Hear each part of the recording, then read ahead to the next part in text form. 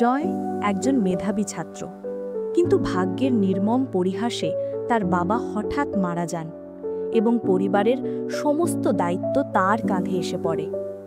জয়ের স্বপ্ন ছিল ডাক্তার হওয়ার, কিন্তু সংসারের অভাব তাকে একটি ছোট চায়ের দোকানে কাজ নিতে বাধ্য করে। তার ছোট্ট বোন রিয়া আর বৃদ্ধা মাকে নিয়ে তার দিন কাটে চরম কষ্ট আর হতাশার মধ্য দিয়ে। জয়ের মনে একটা চাপা কষ্ট, তার মনে হয় সে তার স্বপ্নকে কবর দিয়েছে। একদিন জয়ের মা তাকে তার বাবার একটি পুরনো বাক্স দেন। বাক্সের ভেতর ছিল বাবার ডায়েরি। ডায়েরির প্রতিটি পাতায় ছিল বাবার হাতের লেখা, তার জীবনের স্বপ্ন আর কিছু অজানা সংকেত। জয় ডায়েরিটা পড়তে শুরু করে। সেখানে তার বাবা একটি গোপন প্রকল্পের কথা লিখেছিলেন, যার নাম ছিল আলো। প্রকল্পটি ছিল একটি বিশেষ ধরনের বীজ নিয়ে, যা যে কোনো অনুর্বর জমিতেও ফলন ফলাতে পারে।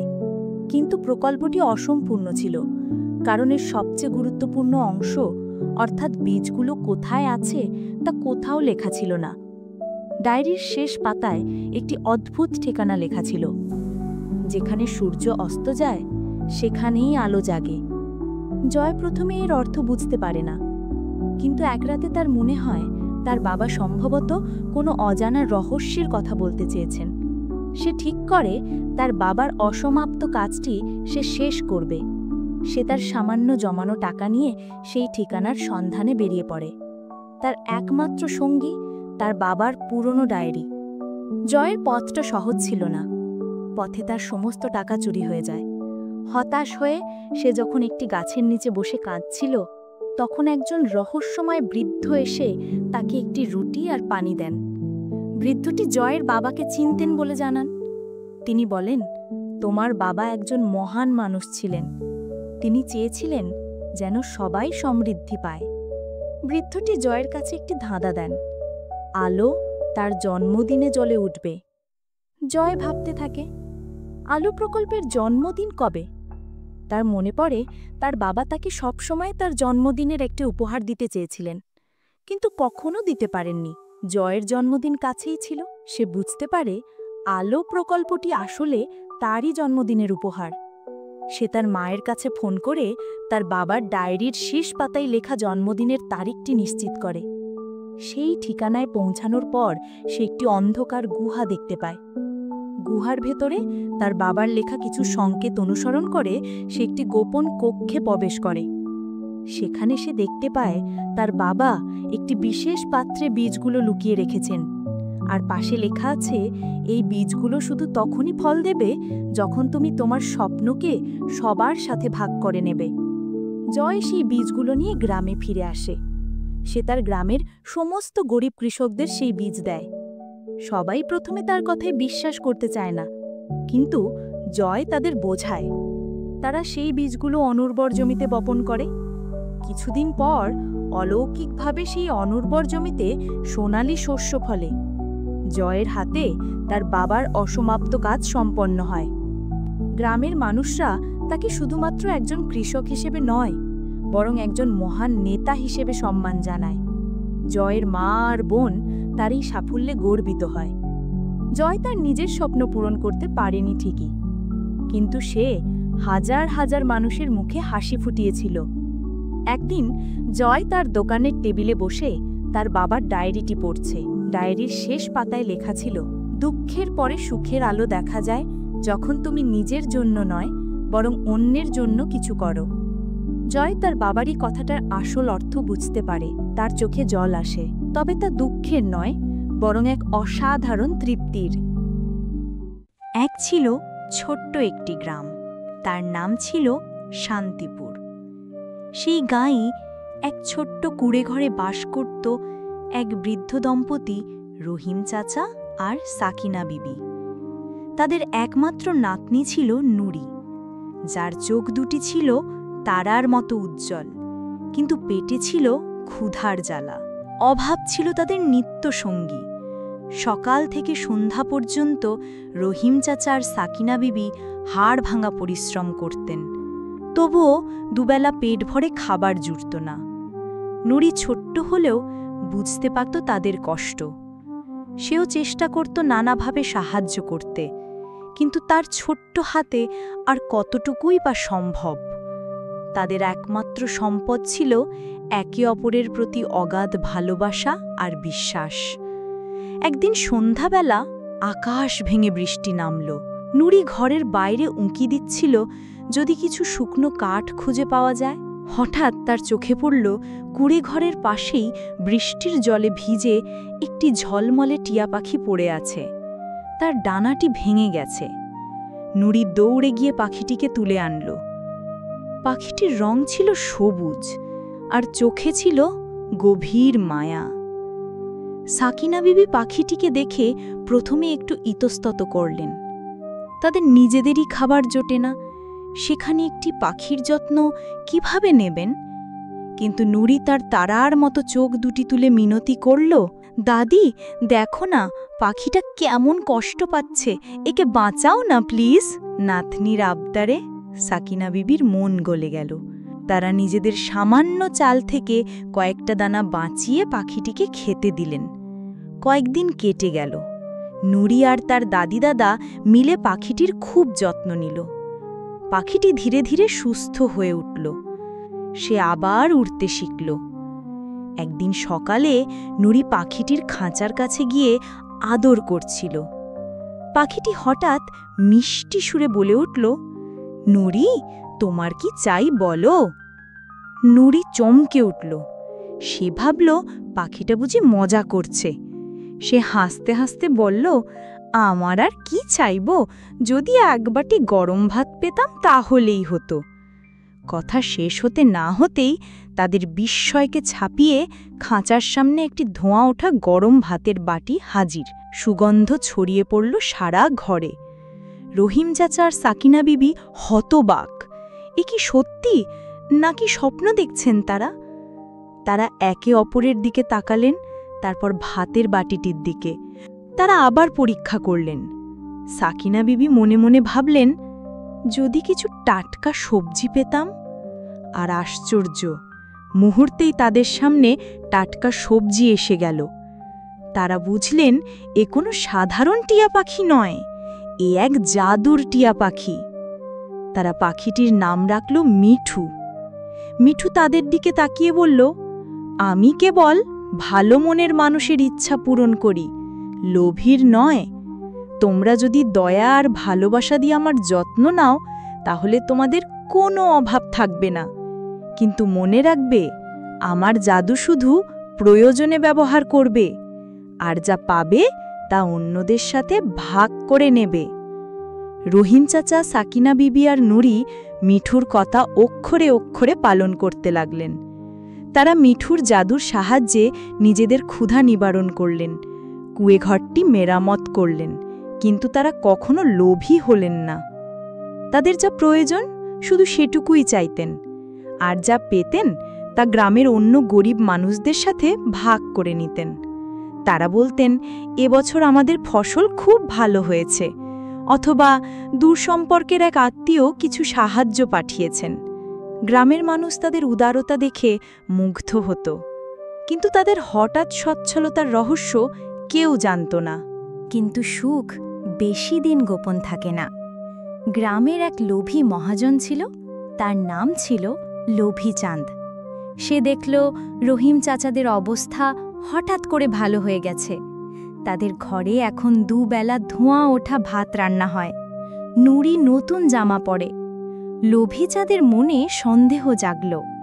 সে তার গুপ্তচরদের পাঠালো রহিম চাচাদের বাড়িতে নজর রাখতে।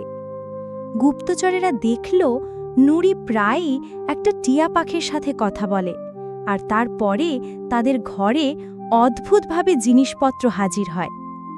লোভী চাঁদ সব শুনে নিশ্চিত হল যে এই টিয়া পাখিটির মধ্যেই রহস্য লুকিয়ে আছে। সে প্রথমে মিঠুকে কেনার প্রস্তাব দিল। তোমাদের এই পাখিটা আমি মোটা দামে কিনব, সে বলল। কিন্তু রহিম চাচা আর সাকিনা বিবি রাজি হলেন না। মিঠু আমাদের পরিবারের সদস্য, তারা দৃঢ়ভাবে বললেন। লোভী চাঁদ এতে আরও ক্ষিপ্ত হল। সে ভাবল, যদি কিনতে না পারি চুরি করব। মিঠু তার জাদুর শক্তিতে লোভী চাঁদের অসৎ উদ্দেশ্য বুঝতে পারল। সে নুরিকে সতর্ক করে দিল, সাবধান নুরি, লোভী মানুষের দৃষ্টি পড়েছে আমার উপর। আমাকে সাবধানে রাখবে, আমার জাদুর কথা কাউকে বলবে না। নুরি মিঠুর কথা শুনে চিন্তিত হল। একদিন নুরি গ্রামের বাইরে খেলছিল। লোভী চাঁদ এই সুযোগের অপেক্ষায় ছিল। সে চুপি চুপি এসে মিঠুকে খাঁচাসহ তুলে নিয়ে গেল। নুরি যখন ঘরে ফিরে এসে দেখল মিঠু নেই, তখন তার বুক ফেটে কান্না এলো। রহিম চাচা আর সাকিনা বিবিও শোকে পাথর হয়ে গেলেন। তাদের জাদুর পাখি, তাদের বন্ধু, তাদের আশা সব যেন হারিয়ে গেল। লোভী চাঁদ মিঠুকে তার নিজের বাড়িতে নিয়ে গেল। সে মিঠুকে একটি সোনার খাঁচায় বন্দী করে দিল এবং আদেশ দিল, আমার জন্য সোনা আর হীরা তৈরি করো, যত পারো তত। মিঠু লোভী চাঁদের দিকে তাকিয়ে বলল, আমি কেবল ভালো মনের মানুষের ইচ্ছা পূরণ করি, লোভীর নয়। তোমার মতো লোভী মানুষের জন্য আমার জাদু কাজ করবে না। লোভী চাঁদেতে আরও রেগে গেল। সে মিঠুকে অনভুক্ত রেখে দিল। ভাবল পাখিটি ক্ষুধার জ্বালায় তার কথা শুনবে। কিন্তু মিঠু অনড় রইল। সে কোনো সোনা বা হীরে তৈরি করল না। এদিকে নুরি তার প্রিয় মিঠুকে ফিরে পাওয়ার জন্য অস্থির হয়ে উঠল। সে দাদি দাদুর সাথে পরামর্শ করল। নুরি মনে মনে মিঠুর কথা ভাবল। মিঠু বলেছিল, দয়া আর ভালোবাসা দিয়ে সব জয় করা যায়। নুরি জানত লোভী চাঁদ মিষ্টি পিঠা খুব ভালোবাসে। নুরি তার দাদির সাহায্যে কিছু সুস্বাদু পিঠা তৈরি করল। তারপর সেই পিঠা নিয়ে সে লোভী চাঁদের বাড়িতে গেল। লোভী চাঁদ নুরিকে দেখে অবাক হল। নুরি ছলছল চোখে পড়ল, মহাজন কাকু, আমার খুব মন খারাপ। মিঠু নেই বলে আমার কিচ্ছু ভালো লাগছে না। তাই দাদি পিঠা বানিয়েছেন, আপনি একটু খাবেন? লোভী চাঁদ পিঠার লোভে ভুলে গেল তার রাগ। সে পিঠা খেতে বসল। এই সুযোগে নুরি চুপি চুপি মিঠুর খাঁচার তালা খুলে দিল। মিঠু খাঁচা থেকে বেরিয়ে এসে উড়ে গেল, কিন্তু যাওয়ার আগে লোভী চাঁদের দিকে তাকিয়ে বলল, লোভ মানুষকে অন্ধ করে আর অন্ধত্ব ধ্বংস ডেকে আনে।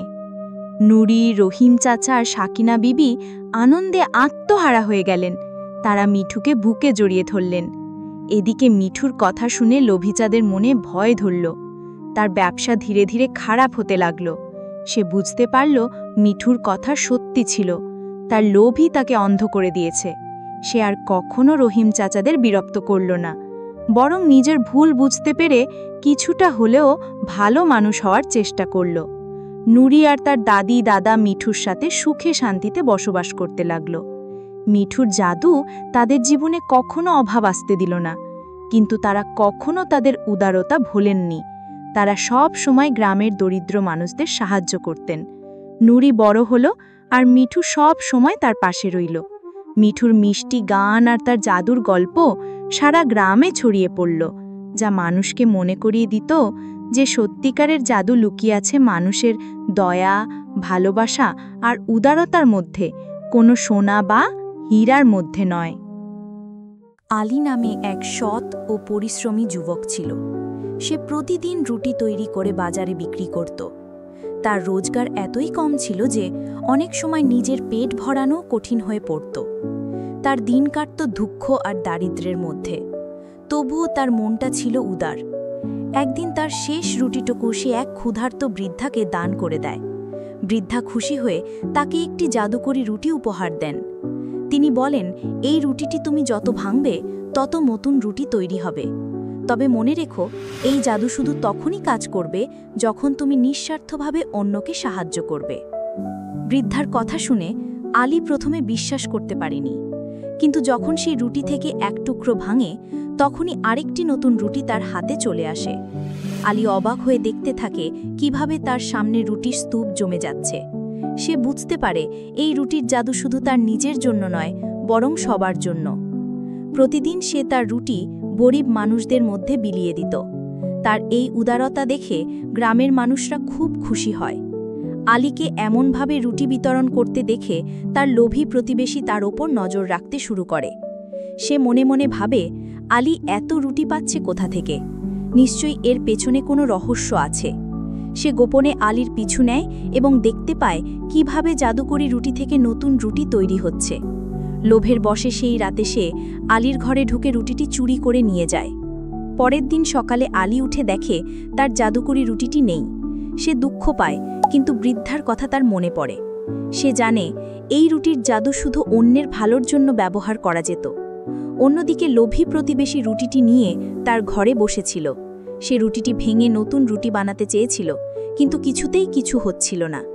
রুটিটি একটি সাধারণ বাসি রুটিতে পরিণত হয়েছিল।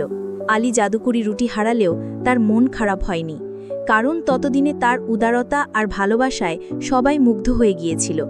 গ্রামের মানুষরা তার কাছে এসে তাকে সাহায্য করতে থাকে। কেউ তাকে চাল দিত, কেউ সবজি দিত, আবার কেউ বা তার রুটি তৈরির জন্য কাঠ নিয়ে আসত।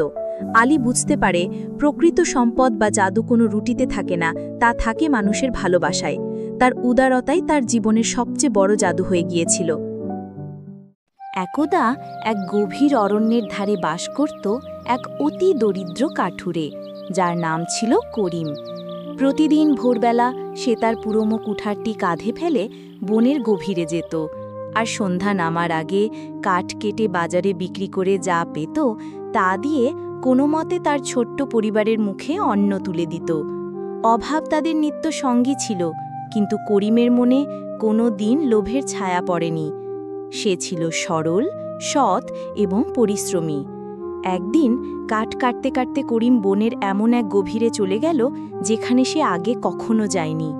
হঠাৎ তার কুঠার একটি পাথরে লেগে ছিটকে গেল। পাথরের উপর থেকে মাটি সরে যেতেই করিম দেখল একটি পুরনো মরচে ধরা লোহার সিন্দুক। তার বুক ধড়ফড় করে উঠল। কৌতূহলবশত সে সিন্দুকটি খুলতেই তার চোখ ধাঁধিয়ে গেল। সিন্দুক ভর্তি সোনা, মোহর আর হিরে জহরতে ঝলমল করছে। করিমের যেন বিশ্বাস হচ্ছিল না, এ কি স্বপ্ন না বাস্তব। প্রথমবারের মতো করিমের জীবনে যেন আলোর ঝলকানি এলো। সে সিন্দুক থেকে কিছু মোহর নিয়ে দ্রুত বাড়ি ফিরল। তার স্ত্রী ফাতেমা এবং ছোট ছেলেমেয়েরা তার হাতে সোনা দেখে অবাক। করিম তাদের সব খুলে বলল। প্রথমে তারা ভয়ে জড়সড় হয়ে গেল, কিন্তু করিম তাদের বোঝালো যে এটা ঈশ্বরের দান। সে প্রতিজ্ঞা করল এই ধন দিয়ে সে শুধু তাদের অভাব দূর করবে না, গ্রামের গরিব দুঃখীদেরও সাহায্য করবে। করিম তার কথা রাখল। সে প্রথমে তাদের জীর্ণ কুঁড়ে ঘরটি মেরামত করল, ভালো খাবার কিনল, ছেলেমেয়েদের জন্য নতুন পোশাক আনল। এরপর সে গ্রামের কিছু গরিব পরিবারকে সাহায্য করল, তাদের ঋণ শোধ করে দিল।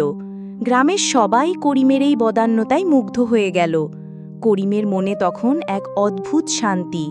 সে ভাবছিল এই গুপ্তধন তার জীবন বদলে দিয়েছে, কিন্তু তার মনকে বদলাতে পারেনি। কিন্তু মানুষের মন বড় বিচিত্র। সুখের ছোঁয়া লাগতেই লোভীর সূক্ষ্ম বীজ কখন যে অঙ্কুরিত হয় তা বোঝা বড় কঠিন। করিমের মনেও সেই বীজ ধীরে ধীরে বড় হতে শুরু করল। গ্রামের এক ধূর্ত ব্যবসায়ী রফিক করিমের এই হঠাৎ ধনসম্পত্তির খবর পেল। সে করিমের কাছে এসে মিষ্টি কথায় তাকে বোঝাতে লাগল, করিম ভাই, এত ধনসম্পদ ঘরে ফেলে রাখা বোকামি, এগুলো দিয়ে ব্যবসা করুন, আরও বড়লোক হবেন। রফিকের কথায় করিমের মনে লোভের আগুন দাউ দাউ করে জ্বলে উঠল। সে ভাবল, সত্যিই তো, কেন আমি শুধু সামান্য কিছু দিয়ে সন্তুষ্ট থাকব? আমার কাছে তো আরও অনেক ধন আছে। লোভের বশে করিম রফিকের সাথে বড় ব্যবসা শুরু করল। সে তার গুপ্ত ধনের সিংহভাগ রফিকের হাতে তুলে দিল। রফিক তাকে বড় বড় লাভের স্বপ্ন দেখাল। করিম একটি বিশাল বাড়ি তৈরি করল, দামি পোশাক পরতে শুরু করল, আর গ্রামের সাধারণ মানুষের থেকে নিজেকে দূরে সরিয়ে নিতে লাগল। তার পুরনো বন্ধুরা তার কাছে আসতে ভয় পেত, কারণ করিমের মেজাজ এখন তুঙ্গে। ফাতিমা তাকে বারবার সাবধান করত, এত লোভ করো না করিম, এই ধন যেমন দ্রুত এসেছে তেমনি দ্রুত চলে যেতে পারে। কিন্তু করিম তার স্ত্রীর কথায় কান দিত না। কিছুদিন যেতে না যেতেই প্রথম আঘাত এলো। রফিক তাকে যে ব্যবসার কথা বলেছিল তাতে বিশাল লোকসান হলো। রফিক নানা অজুহাত দেখিয়ে করিমের কাছ থেকে আরও টাকা চাইল। বলল, এইবার সব পুষিয়ে যাবে করিম ভাই, শুধু আরেকটু পুঁজি দরকার। করিমের মনে তখন আতঙ্ক। সে তার সব সোনা মোহর রফিকের হাতে তুলে দিল, এই আশায় যে তার হারানো সম্পদ ফিরে আসবে। কিন্তু রফিক সেই টাকা নিয়ে রাতারাতি উধাও হয়ে গেল। করিমের মাথায় যেন আকাশ ভেঙে পড়ল। করিম দিশেহারা হয়ে গেল। তার হাতে তখন সামান্য কিছু অবশিষ্ট ছিল, কিন্তু লোভ তাকে এমনভাবে গ্রাস করেছিল যে সে কোনো শিক্ষা নিল না। সে ভাবল, আমার তো এখনও কিছু আছে, এই সামান্য কিছু দিয়ে আমি আবার সব ফিরে পাব। সে এবার আরও বড় জুয়ায় নামল। গ্রামের এক প্রভাবশালী মহাজন তাকে প্রলোভন দেখালো যে তার কাছে এমন এক ব্যবসা আছে যেখানে রাতারাতি কোটিপতি হওয়া যায়। করিম তার শেষ সম্বলটুকুও সেই মহাজনের হাতে তুলে দিল। কিন্তু এইবারও তার কপালে জুটল শুধু প্রতারণা। মহাজন তার সব টাকা আত্মসাৎ করে নিল। করিমের হাতে তখন আর একটি পয়সাও অবশিষ্ট নেই। তার বিশাল বাড়িটি ঋণের দায়ে বিক্রি হয়ে গেল। তার স্ত্রী ফাতেমা এবং ছেলেমেয়েরা আবার সেই পুরনো দারিদ্র্যের অন্ধকারে ঘিরে এলো। গ্রামের মানুষ, যাদের সে একসময় সাহায্য করেছিল, তারা এখন তাকে দেখে মুখ ফিরিয়ে নেয়, কারণ তারা জানত করিমের লোভই তাকে এই অবস্থায় এনেছে। করিম আবার সেই পুরনো জীর্ণ কুঁড়েঘরে ফিরে এলো। তার হাতে সেই পুরনো কুঠারটি ছাড়া আর কিছুই নেই। কিন্তু এবার তার মনে কোনো শান্তি নেই, শুধু অনুতাপ আর হতাশা। সে বুঝতে পারল, গুপ্তধন পেয়ে সে শুধু সম্পদ হারায়নি, হারিয়েছে তার সরলতা, সততা আর মানুষের বিশ্বাস। তার অতিলোভ তাকে সর্বশান্ত করে দিয়েছে। সে এখন শুধু একজন দরিদ্র কাঠুরে নয়, একজন নিঃস্ব মানুষ, যার মনে শান্তি নেই আর জীবনে কোনো আশা নেই। তার চোখের সামনে ভেসে উঠছিল সেই দিনের কথা, যেদিন সে প্রথম গুপ্তধন পেয়েছিল, আর তার মনে ছিল শুধু অন্যের উপকার করার ইচ্ছা। আজ সেই ইচ্ছা আর সেই শান্তি কোনোটাই তার জীবনে অবশিষ্ট নেই।